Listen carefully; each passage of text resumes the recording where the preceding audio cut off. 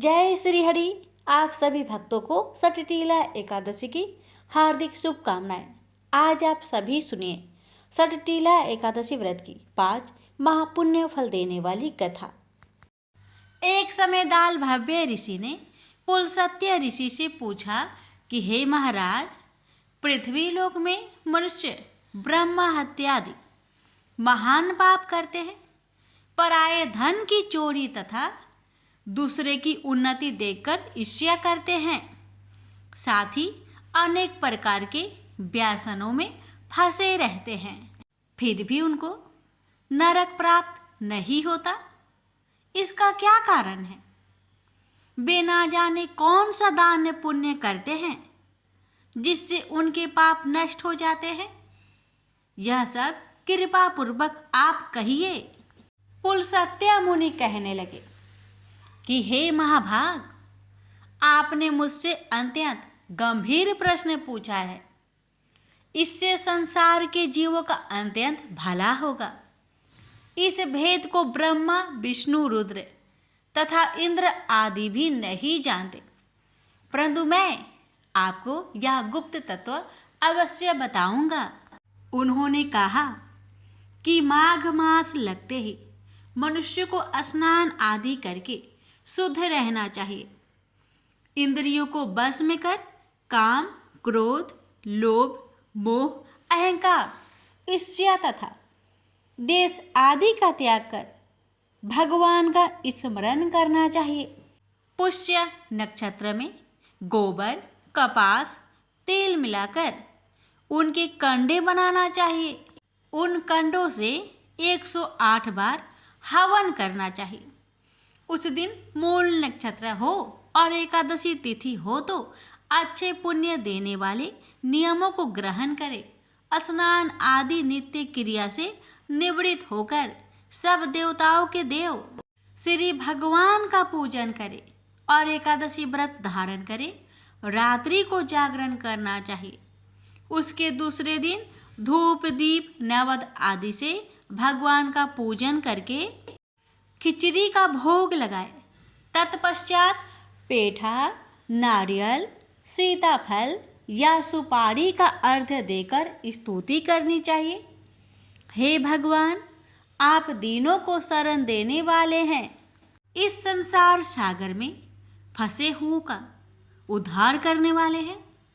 हे पुंडरीकाक्ष, हे विश्व भावन, हे सुब्रह्मण्य, हे पूर्वज, हे जगतपते, आप लक्ष्मी जी सहित इस तुच्छ अर्घ्य को ग्रहण करें।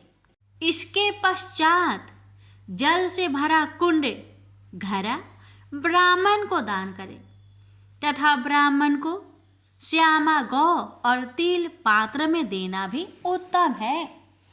तिल स्नान और भोजन दोनों ही श्रेष्ठ है। इस प्रकार जो मनुष्य जितने तिलों का दान करता है उतने ही 1000 वर्ष स्वर्ग में वास करता है। तिल स्नान, तिल का उपटन, तिल का हवन, तिल का तर्पण, तिल का भोजन और तिलों का दान, ये तिल के 6 प्रकार है। इनके प्रयोग के कारण यह सटटीला एकादशी कहलाती है। इस व्रत के करने से अनेक प्रकार के पाप नष्ट हो जाते हैं। इतना कहकर पुलस्त्य ऋषि कहने लगे कि अब मैं तुमसे इस एकादशी की कथा कहता हूँ। एक समय नारद जी ने भगवान श्री विष्णु से यही प्रश्न किया था और भगवान ने जो सटटीला एकादशी का महात्म्य नारद जी को कहा था सो मैं तुमसे कहता हूँ। भगवान ने नारद जी से कहा कि हे नारद, मैं तुमसे सत्य घटना कहता हूँ, ध्यान पूर्वक सुनो। प्राचीन काल में मृत्यु लोक में एक ब्राह्मणी रहती थी। वह सदैव व्रत किया करती थी। एक समय वह 1 मास तक व्रत करती रही। इससे उसका शरीर अत्यंत दुर्बल हो गया। यद्यपि वह अत्यंत बुद्धिमान थी, तथापि उसने कभी देवताओं या ब्राह्मणों के निमित्त अन्न या धन दान नहीं किया था। इससे मैंने सोचा कि ब्राह्मणी ने व्रत आदि से अपना शरीर शुद्ध कर लिया है, अब इसे विष्णु लोक तो मिल ही जाएगा, परंतु इसने कभी अन्न का दान नहीं किया, इससे इसकी तृप्ति होना कठिन है। भगवान ने आगे कहा, ऐसा सोचकर मैं भिखारी के भेष में मृत्युलोक में उस ब्राह्मणी के पास गया और उससे भिक्षा मांगी। वह ब्राह्मणी बोली, महाराज किस लिए आए हो? मैंने कहा, मुझे भिक्षा चाहिए। इस पर उसने एक मिट्टी का ढेला मेरे भिक्षा पात्र में डाल दिया। मैं उसे ही लेकर स्वर्ग में लौट आया। कुछ समय बाद ब्राह्मणी भी शरीर त्याग कर स्वर्ग में आ गई। उस ब्राह्मणी को मिट्टी का दान करने से स्वर्ग में सुंदर महल मिला, परंतु उसने अपने घर को अन्न आदि सब सामग्रियों से शून्य पाया। यह देखकर ब्राह्मणी घबराकर वह मेरे पास आई और कहने लगी कि भगवान, मैंने अनेक व्रत आदि से आपकी पूजा की, परंतु फिर भी मेरा घर अन्न आदि सब वस्तुओं से शून्य है। इसका क्या कारण है?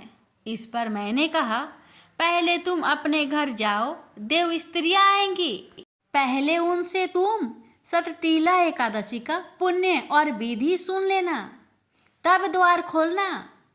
मेरे ऐसे वचन को सुनकर वह अपने घर गई और जब देव स्त्रियां आईं और द्वार खोलने के लिए कहा तो ब्राह्मणी बोली, आप मुझे देखने आई हैं तो पहले सतटीला एकादशी का महात्म्य मुझसे कहिए। तब उनमें से एक देव स्त्री कहने लगी, मैं कहती हूँ। जब ब्राह्मणी ने सतटीला एकादशी का महात्म्य सुना तब द्वार खोल दिया। देवंगनाओं ने उसको देखा कि ना तो वह गंधर्वी है और ना असुरी है, वरन पहले जैसी मानुषी है। उस ब्राह्मणी ने उनके कथानुसार सतटीला एकादशी का व्रत किया। इसके प्रभाव से वह सुंदर और रूपवती हो गई तथा उसका घर अन्न आदि समस्त सामग्रियों से युक्त हो गया। अतः मनुष्य को मूर्खता त्याग कर सतटीला एकादशी का व्रत और लोभ न करके तिल आदि का दान करना चाहिए। इससे दुर्भाग्य, दरिद्रता तथा अनेक प्रकार के कष्ट दूर होकर मोक्ष की प्राप्ति होती है। प्रेम से बोलिए लक्ष्मीपति विष्णु भगवान जी की जय। अब श्रवण करें माँ तुलसी की पावन कथा। प्रजापति महर्षि कश्यप की कई पत्नियां थी। उनमें से एक का नाम था दनु। दनु की संतान दानव कहलाए। उसी दनु के बड़े पुत्र का नाम दंभ था। दंभ बहुत ही सदाचारी और धार्मिक प्रवृत्ति का था। अन्य दानवों की भांति उसमें ना तो ईर्ष्या ही थी और ना ही देवताओं से देश भावना। वह विष्णु का भक्त था और उन्हीं की आराधना किया करता था, लेकिन उसे एक ही चिंता सताती रहती थी कि उसके कोई पुत्र न था। आचार्य शुक्र ने उसे श्री कृष्ण मंत्र की दीक्षा दी। दंभ ने दीक्षा पाकर पुष्कर में महान अनुष्ठान किया। अनुष्ठान सफल हुआ। उसके अनुष्ठान से प्रसन्न होकर भगवान विष्णु प्रकट होकर बोले, बस मैं तुम्हारे अनुष्ठान से प्रसन्न हूँ, पर मांगो। दंभ बोला, भगवान यदि आप मेरी तपस्या से प्रसन्न है तो मुझे ऐसा पुत्र दे जो आपका भक्त हो और त्रिलोक की जय हो। उसे देवता भी युद्ध में ना जीत सके। भगवान विष्णु ने तथास्तु कहा और अंतर्ध्यान हो गए और दंभ प्रसन्नचित अपने घर लौट आया। गोलोक में श्री राधा ने श्री कृष्ण पार्षद श्री दामा को असुर होने का श्राप दिया था। श्राप मिलने पर वही दंभ की पत्नी के गर्भ में आया। जन्म होने के पश्चात दंभ ने अपने उस पुत्र का नाम शंखचूड़ रखा। जब वह कुछ बड़ा हुआ तो दंभ ने उसे मुनि जैगी शिष्य की देख रेख में रख दिया। मुनि जैगी शिष्य ने उसे शिक्षा दीक्षा दी। अपनी कुमार अवस्था में ही शंखचूड़ पुष्कर में पहुंचा और उस महान धार्मिक तप स्थली में ध्यान मग्न रहकर वर्षों तक ब्रह्मा जी की तपस्या करता रहा। उसकी घोर तपस्या से प्रसन्न होकर ब्रह्मा जी प्रकट होकर बोले, वत्स, मैं तुम्हारी तपस्या से प्रसन्न हूँ, वर मांगो। पितामह, मुझे ऐसा वरदान दीजिए कि मुझे देवता पराजित ना कर सके। शंखचूड़ ने कहा। ब्रह्मा जी ने उसे ऐसा ही वरदान दिया और श्री कृष्ण कवच प्रदान करते हुए उसे आदेश दिया, शंखचूड़, तुम बद्रिका आश्रम चले जाओ, वहां तुम्हारा भाग्य का सितारा उदय होने की प्रतीक्षा कर रहा है। आदेश मानकर शंखचूड़ बद्रिका आश्रम पहुंचा। वहां महाराज धर्मध्वज की पुत्री तुलसी भी तपस्या कर रही थी। दोनों का आपस में परिचय हुआ और ब्रह्मा जी की इच्छा अनुसार दोनों का विवाह हो गया। अपनी पत्नी को लेकर शंखचूड़ पुनः दैत्यपुरी लौट गया। शुक्राचार्य ने उसे दानवों का अधिपति बना दिया। सिंहासन पर बैठते ही उसने अपना साम्राज्य बढ़ाने के लिए देवलोक पर चढ़ाई कर दी। ब्रह्मा जी के वरदान के कारण वह अजय हो चुका था। देवताओं को उसे हराने में कोई कठिनाई नहीं हुई। उसने अमरावती पर कब्जा जमा लिया। इंद्र अमरावती छोड़कर भाग निकले। देवता उसके डर से कंदराओं में जा छुपे।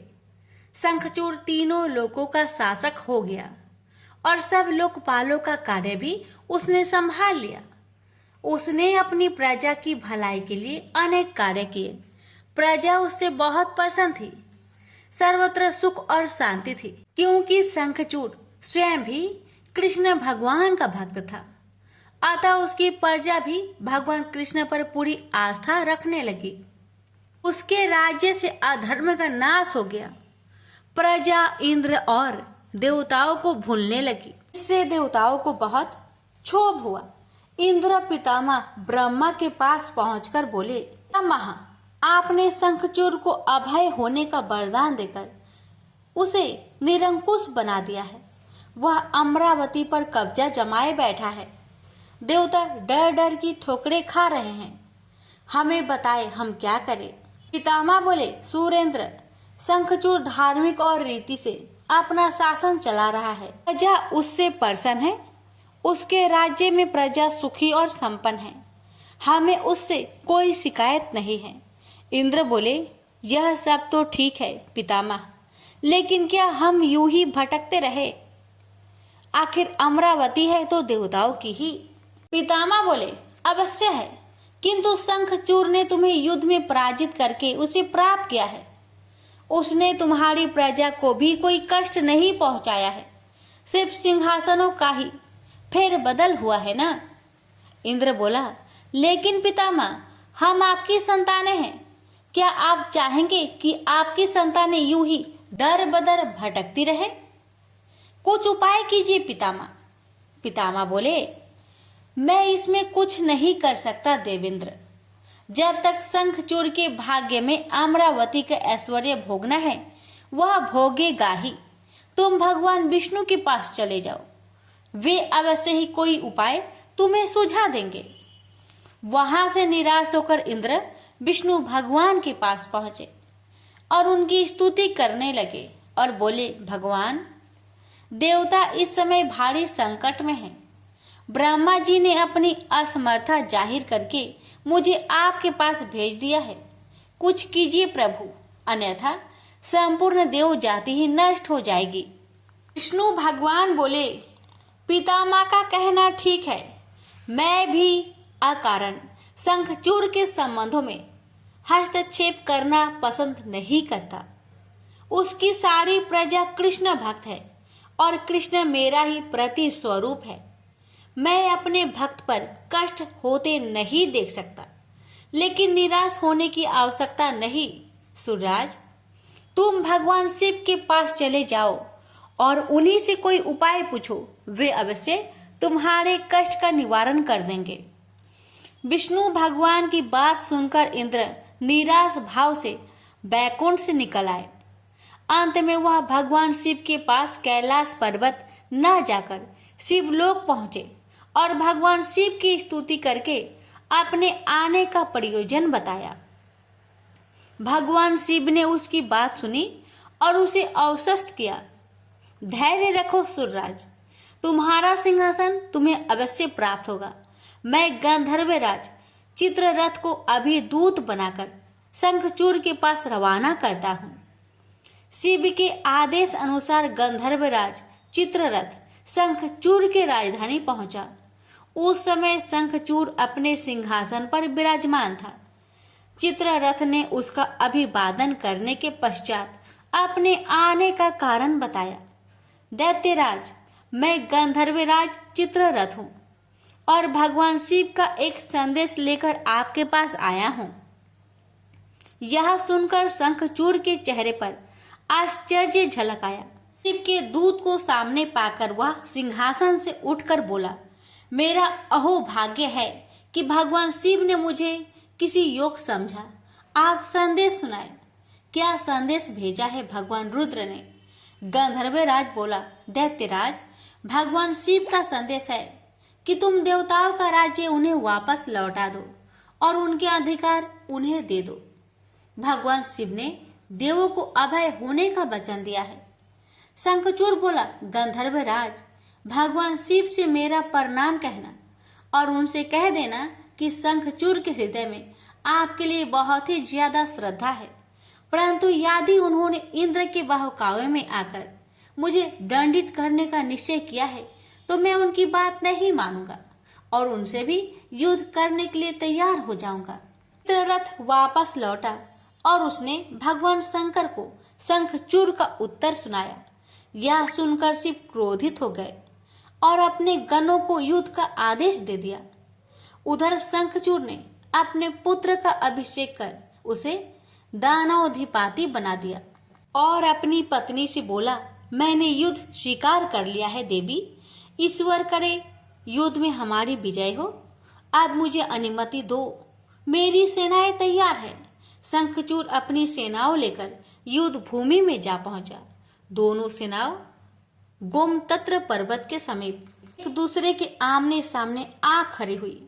भगवान शिव ने शंखचूड़ के पास एक बार फिर संदेश भेजा कि वह नादानी ना करे और युद्ध से दूर रहकर उनकी बात मान ले, किंतु शंखचूड़ न माना और दोनों सेनाओं में घनघोर युद्ध छिड़ गया।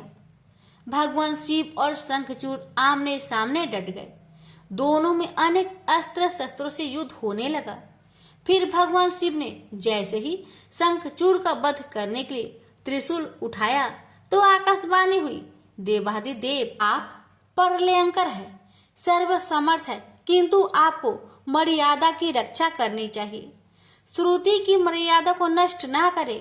जब तक शंखचूड़ के पास हरि का कवच है और जब तक उसकी पतिव्रता पत्नी मौजूद है तब तक उस पर बुढ़ापा नहीं आ सकता और ना ही उसकी मृत्यु हो सकती है। आकाशवाणी के खत्म होते ही शिव का त्रिशूल अपने आप रुक गया। तभी भगवान विष्णु प्रकट हुए।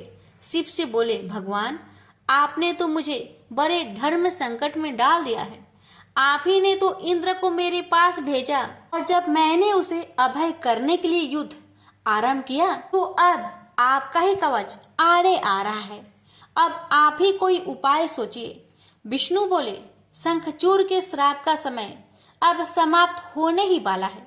भगवान अब इसे असुर योनि से मुक्त करके गोलोक भेजना पड़ेगा।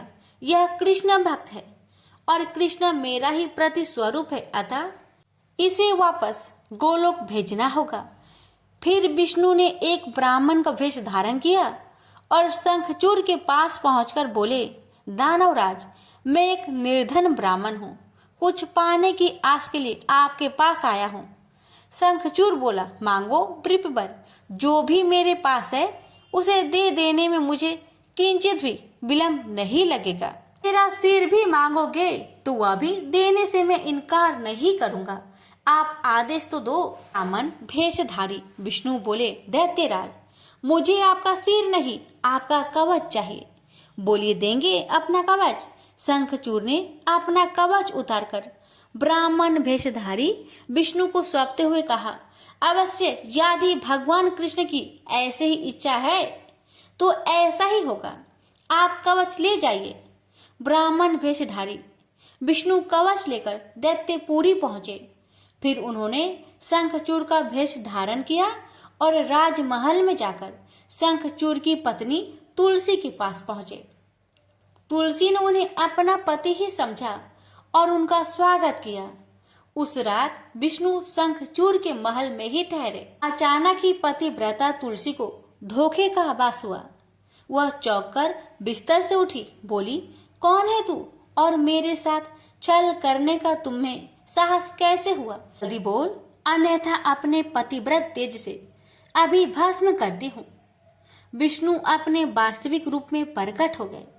उन्होंने तुलसी को समझाते हुए कहा, सुनो जी, तुम्हारे पति का समय पूरा हुआ। एक श्राप के कारण ही उसे असुर योनि में आना पड़ा था। अब से वह गोलोक में रहेगा, क्योंकि तुम्हारा पतिव्रत धर्म ही उसकी रक्षा कर रहा था। इसलिए मुझे छल करके तुम्हें कलुषित करना पड़ा।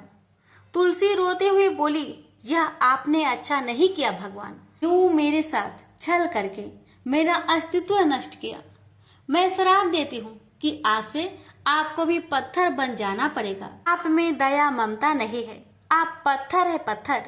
विष्णु बोले, और मैं भी तुम्हें वर देता हूँ तुलसी कि मेरे पत्थर बन जाने पर तुम्हें भी मेरे पास ही स्थान मिलेगा। भविष्य में लोग तुलसी और शालिग्राम की पूजा करेंगे। तुलसी के बगैर शालिग्राम की पूजा अधूरी रहेगी। उसके बाद विष्णु अंतर्ध्यान हो गए और युद्ध भूमि में खड़े शिव को अपनी दिव्य शक्ति से सब कुछ बता दिया। शंखचूड़ और शिव में पुनः युद्ध आरंभ हो गया, किंतु तुलसी के पतिव्रत धर्म नष्ट हो जाने से शंखचूड़ की शक्ति घट गई थी। अतः शिव ने अपना त्रिशूल उसकी ओर फेंका तो वह सीधा शंखचूड़ की हृदय स्थल को भेद गया। वातावरण में हजारों बिजलियां एक साथ कौंध गई। चारों दिशाएं कांप उठी और देखते ही देखते शंखचूड़ धरती पर जा गिरा। गिरते ही उसके प्राण पेखरू उड़ गए। श्राप से मुक्ति मिलते ही श्री दामा गोलोक जा पहुंचा। उसकी भस्म से एक शंख प्रकट हुआ, जो कालांतर में भगवान शिव के हाथों की शोभा बना। देवताओं ने शिव की जय जयकार की और इंद्र को अपना सिंहासन पुनः प्राप्त हो गया। प्रेम से बोलिए, हर हर महादेव, माता पार्वती की जय, लक्ष्मी नारायण की जय, तुलसी माता की जय, शालिग्राम भगवान की जय। गणेश जी की कथा। एक बुढ़िया माई थी। वह बहुत गरीब थी, आंखों से अंधी थी। उसका एक बेटा और एक बहू थे। वह बुढ़िया सदैव गणेश भगवान जी की पूजा किया करती थी। एक दिन गणेश जी प्रकट होकर उस बुढ़िया माई से बोले, बुढ़िया माँ, तू जो चाहे सो मांग ले। बुढ़िया माई बोली, मुझे तो मांगना नहीं आता भगवान, कैसे और क्या मांगू? तब गणेश भगवान जी बोले, अपने बेटे और बहू से पूछकर मांग लेना। तब बुढ़िया माई ने अपने बेटे से कहा, बेटा, गणेश जी कहते हैं तू कुछ मांग ले, बता मैं क्या मांगू? बेटा ने कहा, माँ तू धन मांग ले। बहू से पूछा तो बहू ने कहा, सासू माँ नाती मांग लो।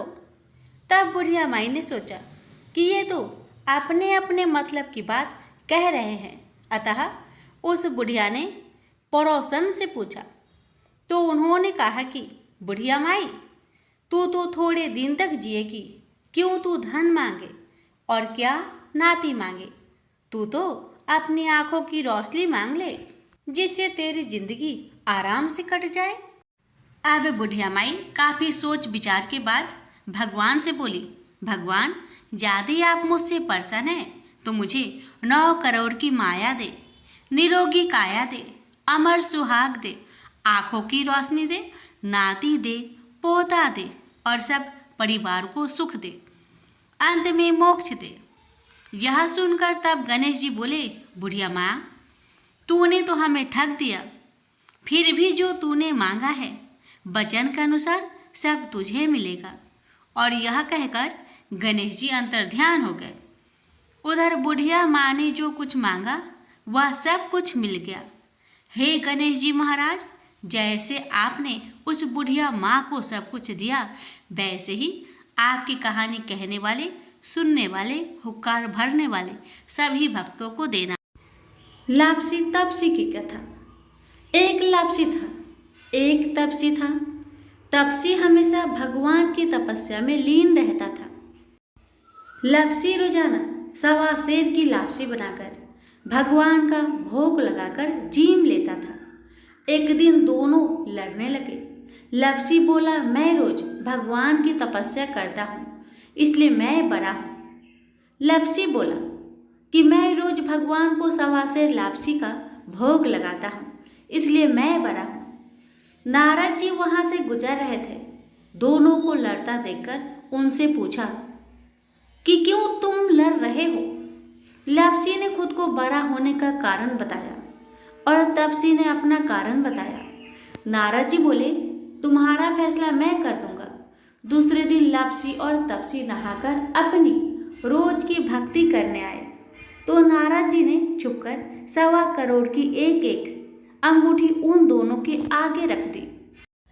तपसी की नजर जब अंगूठी पर पड़ी तो उसने चुपचाप अंगूठी उठाकर अपने नीचे दबा ली। लापसी की नजर अंगूठी पर पड़ी लेकिन उसने ध्यान नहीं दिया। भगवान को भोग लगाकर लापसी खाने लगा। नारद जी सामने आए तो दोनों ने पूछा कि कौन बड़ा। तो नारद जी ने तपसी को खड़ा होने को कहा।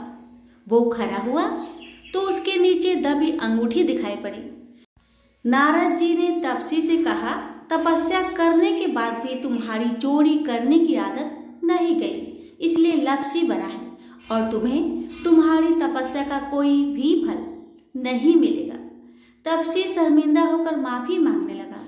उसने नारद जी से पूछा, मुझे मेरी तपस्या का फल कैसे मिलेगा। नारद जी ने कहा, यदि कोई गाय और कुत्ते की रोटी नहीं बनाएगा तो फल तुझे मिलेगा। यदि कोई ब्राह्मण को भोजन करवाकर दक्षिणा नहीं देगा तो फल तुझे मिलेगा। यदि कोई साड़ी के साथ ब्लाउज नहीं देगा तो फल तुझे मिलेगा। यदि कोई दिए से दिया जलाएगा तो फल तुझे मिलेगा। यदि कोई सारी कहानी सुने लेकिन तुम्हारी कहानी नहीं सुने तो फल तुझे मिलेगा। उसी दिन से हर व्रत कथा कहानी के साथ लापसी तपसी की कहानी भी सुनी और कही जाती है। प्रेम से बोलिए लक्ष्मी नारायण की जय। प्यारे भक्तों, आज शनिवार के दिन आप सभी श्रवण करें शनिवार काली माता की व्रत कथा।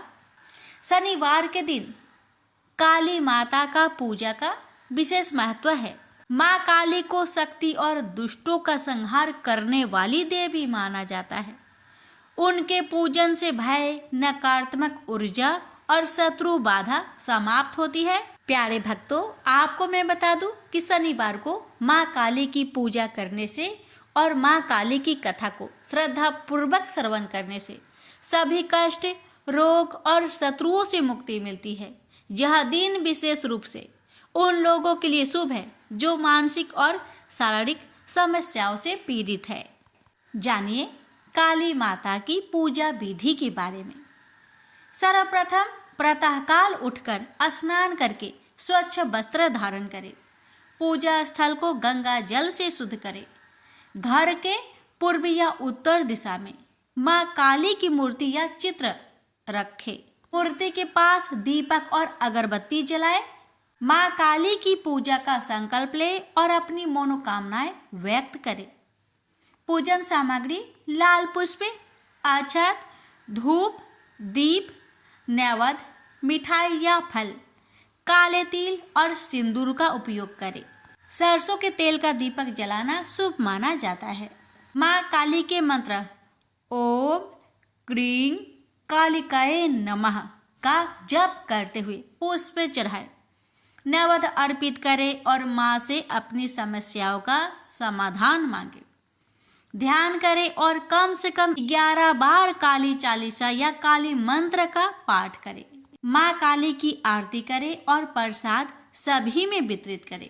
अब आइए भक्तों, श्रवण करते हैं माँ काली की व्रत कथा। प्रेम से बोलिए जय श्री गणेश, काली माता की जय। एक बार दैत्यों की शक्ति बहुत अधिक बढ़ गई। उन्होंने देवराज इंद्र का सिंहासन छीनकर सभी देवताओं को स्वर्ग से निकाल वहां अधिकार कर लिया। इन दैत्यों के राजा शुभ और निशुभ नामक 2 भाई थे। महिषासुर, रक्तबीज, चंड मुंड व धूम्रलोचन जैसे दर्जनों सेना नायक और करोड़ों दैत्य की सुसज्जित सेना उनके पास थी। पराजित देवताओं द्वारा प्रार्थना किए जाने पर आदिशक्ति भगवती भवानी ने दुर्गा के रूप में अवतरित होकर उन दैत्यों का संहार किया था। इस युद्ध के मध्य ही देवी दुर्गा ने अपनी सहायता के लिए अपने ललाट से एक अत्यंत शक्तिशाली और विकराल देवी को प्रकट किया। काली, कलिका, चामुंडा, महाकाली आदि इसी देवी के अनंत नामों में से कुछ नाम हैं। मातेश्वरी दुर्गा के अवतार धारण और उनके द्वारा शुभ निशुभ की संपूर्ण सेना के विनाश की कथा काफी लंबी है। जब भगवती भवानी दुर्गा ने शुभ निशुंभ के सेनापति धूम्रलोचन को सेना सहित यमपुरी पहुंचा दिया तो दैत्यराज शुभ ने चंड मुंड को आदेश दिया कि वो देवी को पकड़कर उसके पास लाए। आज्ञा पाते ही दैत्यों ने जगदम्बा दुर्गा को चारों ओर से घेर लिया और उन्हें पकड़ने मारने की चेष्टा करने लगे। यह देख देवी को बहुत क्रोध आया। क्रोध के कारण उनका मुखमंडल काला पड़ गया, भवें वक्र हो उठी। उसी समय उनकी भौवें के मध्यवर्ती भाग और ललाट से विकराल मुख वाली काली नामक देवी प्रकट हुई। अत्यंत भयंकर और शक्तिशाली होने के बावजूद काली मां का शरीर अत्यंत कृशकाय था। उनके शरीर में नाम मात्र का मांस था, केवल अस्थि पंजर नजर आता था, जिससे वे अत्यंत भयावह दिखाई पड़ रही थी।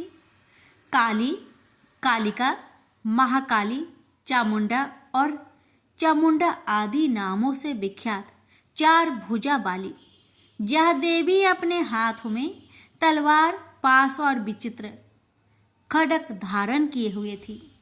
वह चीते की चमड़े की साड़ी पहने नर मुंडों की माला से अलंकृत थी। भवानी दुर्गा के मस्तक से प्रकट होने के बावजूद काली मां का स्वरूप अत्यंत विकराल था। वे काफी लंबी पतली थी और किसी भी वाहन पर सवार नहीं थी। उनका मुखमंडल बहुत अधिक बड़ा था। उनकी लंबी जीभ काफी बाहर तक निकली हुई थी। उनकी आंखें अंगारों की तरह दहक रही थी और अपनी भीषण गर्जना से पृथ्वी आकाश को कपा रही थी। अपनी घोर गर्जना से सभी दिशाओं को गुजाते हुए मातेश्वरी काली बड़े वेग से दैत्यों की सेना पर टूट पड़ी और उनका भक्षण करने लगी।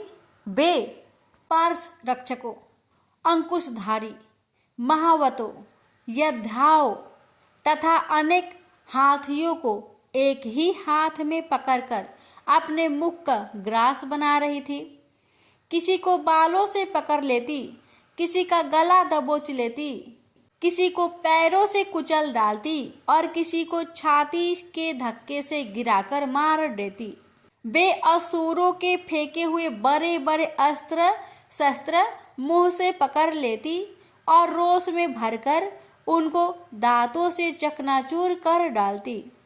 काली द्वारा अनेक दैत्य तलवार के घाट उतर गए, अनेक खटवांग से पीटे गए और कितने ही असुर दांतों के अग्रभाग से कुचले जाकर मृत्यु को प्राप्त हुए।